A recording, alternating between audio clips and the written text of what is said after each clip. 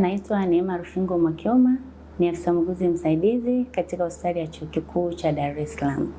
Nafanya kazi katika kitengo cha CTC ambacho kinahusika na utoaji wa huduma za upimaji pamoja na utoaji wa huduma za dawa kwa ajili ya kufubaza maambukizi ya virusi vya ukimwi pamoja na huduma mbalimbali ambazo zinatakiwa kutolewa kwa watu wanaoishi na maambukizi ya virusi vya ukimwi. Ukiwa muuguzi, kiukweli kuna raha yake kwa sababu unakuwa unafanya kazi kwa upendo kabisa, unahudumia wagonjwa ambapo mgonjwa akipona unakuwa umefanya kitu kikubwa katika jamii, unakuwa umeendelea kuongeza nguvu kazi katika taifa.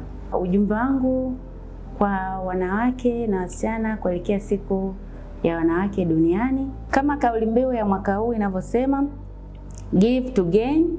Tukitoa fursa na maarifa kwa jamii, tunakuza ubora wa elimu, utafiti na mchango wa Chuo Kikuu cha Dar es Salaam katika maendeleo ya taifa. Ninaomba tutumie siku vizuri kwa kujifunza na kwa kupata fursa mpya, ikiwa ni pamoja na kutembelea viwanja ambavyo kunakuwa kunaadhimisha, ili kuweza kujua wanawake wenzetu wanafanya nini, kuna fursa gani ambazo zinatufaa sisi wanawake, kwa sababu wanasema wanawake tukiwezeshwa tunaweza, lakini muda mwingine sio lazima tuwezeshwe, hata sisi wenyewe tukijiwezesha tunaweza.